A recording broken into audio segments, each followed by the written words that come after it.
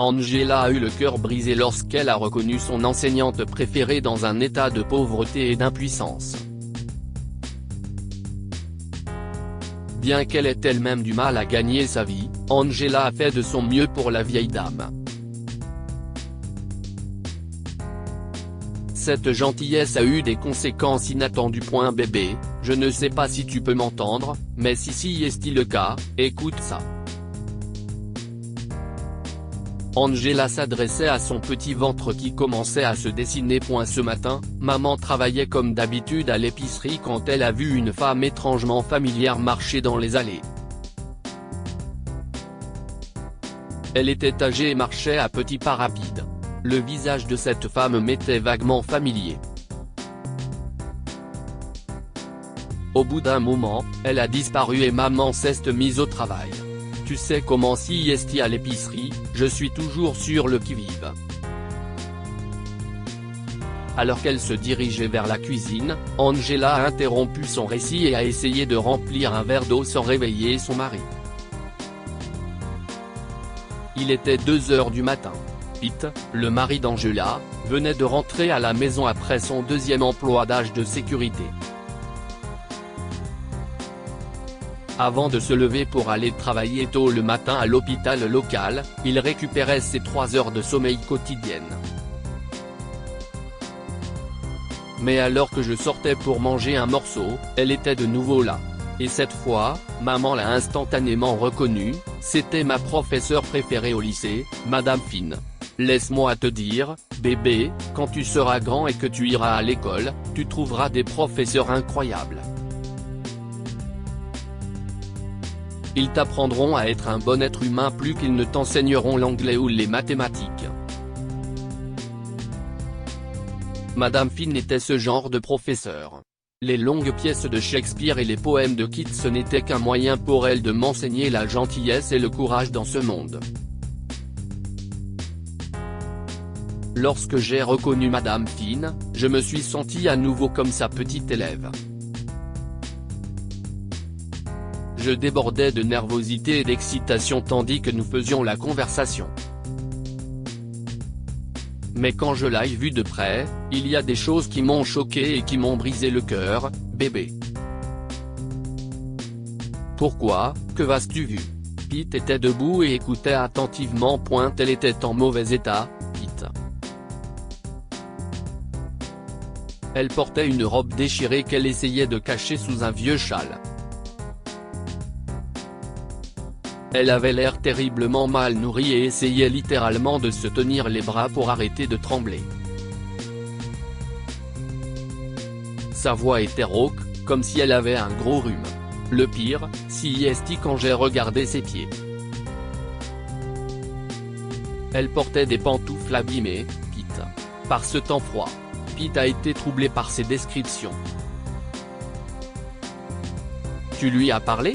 Est-elle malade ou peut-être endettée? Elle a perdu son mari à l'époque où elle travaillait à l'école. Elle avait du mal à joindre les deux bouts à l'époque. Et puis, ils l'ont laissé partir parce que l'école voulait recruter de nouveaux jeunes visages comme enseignants. Elle les a suppliés de la reprendre.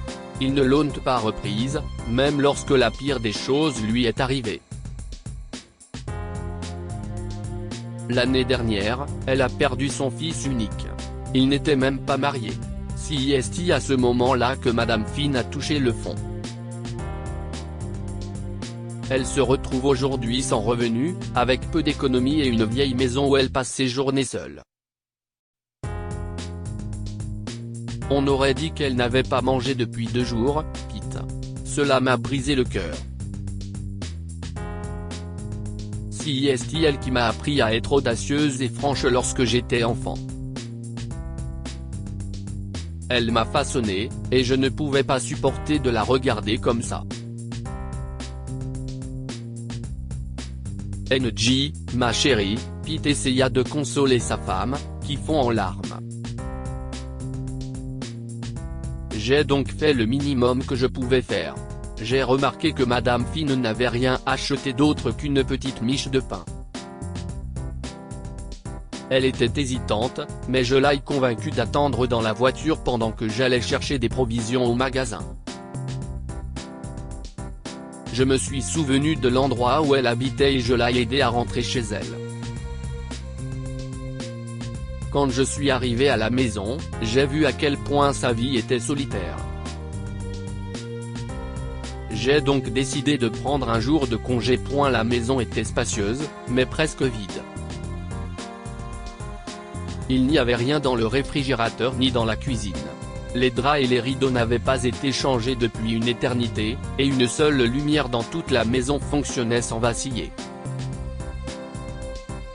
J'ai préparé un repas chaud à Madame Finn, je l'ai nourrie, je l'ai nettoyée et je l'ai bordée pour la sieste.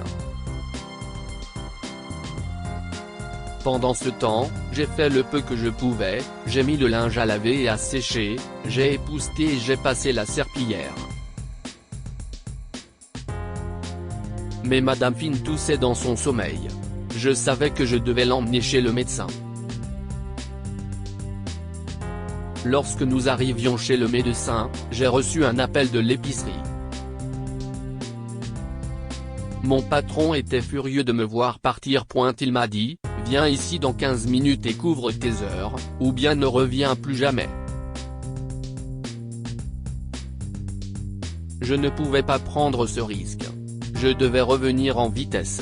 Le médecin a eu la gentillesse de m'assurer qu'il ramènerait Madame Finn chez elle en toute sécurité. Cela a dû être terrible de la laisser comme ça, a dit Pete. Si est-il vrai que c'était terrible. Je n'avais même pas pensé à prendre son numéro de téléphone. Le reste de la soirée, j'ai rattrapé mes heures de travail, mais j'étais à peine présente. Il y a eu un long silence pendant qu'Angela et Pete imaginaient ce que t'est la vie de Madame Finn. Que pouvons-nous faire, Pete? Nous n'avons pas d'argent. Notre maison est trop petite pour l'accueillir ici. Je sais que nous allons avoir un bébé et que nous devrions économiser. Mais il doit bien y avoir quelque chose que nous pouvons faire. Angela craignait que Pete ne dise qu'il n'y avait rien à faire, et il n'avait pas tout à fait tort. Il y a tant de choses que nous pouvons faire, NJ. Tu vas lui rendre visite tous les jours et lui apporter de la nourriture. Je vais aller chez elle entre deux gardes demain. Je vais faire l'inventaire de tout ce qui est cassé dans la maison et demander à un ami de le réparer. Nous parlerons à l'école et nous nous battrons pour que Madame Finn retrouve son emploi.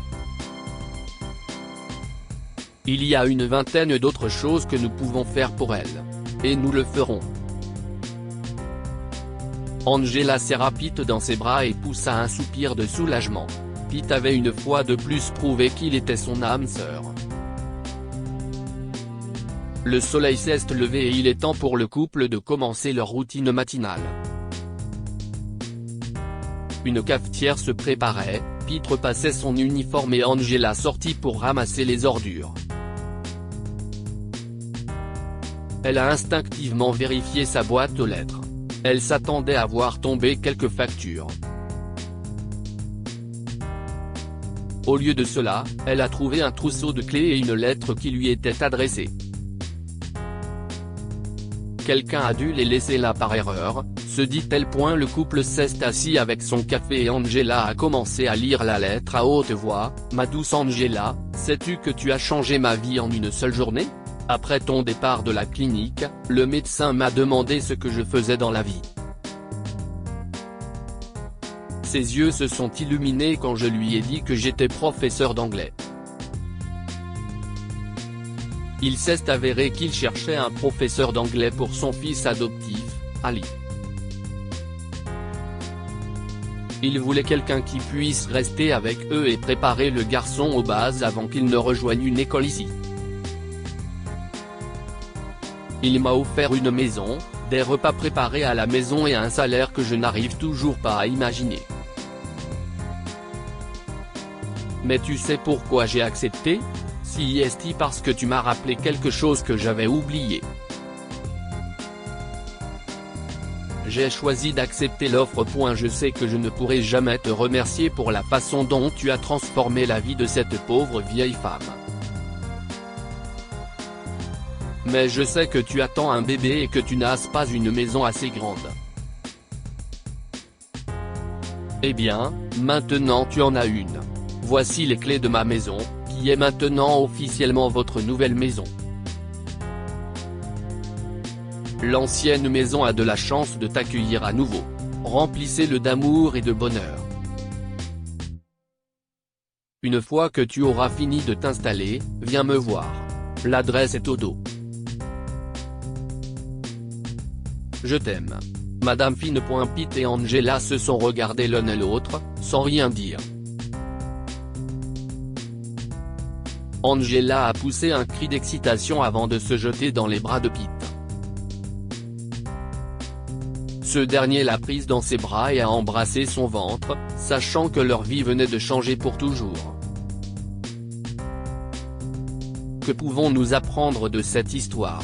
Soyez gentils, même si vous n'avez pas grand-chose vous-même. Angela et Pete ont dû travailler très dur pour joindre les deux bouts et préparer leur bébé. Mais cela ne l'a pas empêché de proposer son aide à Madame Fine, qui avait bien plus de difficultés qu'elle.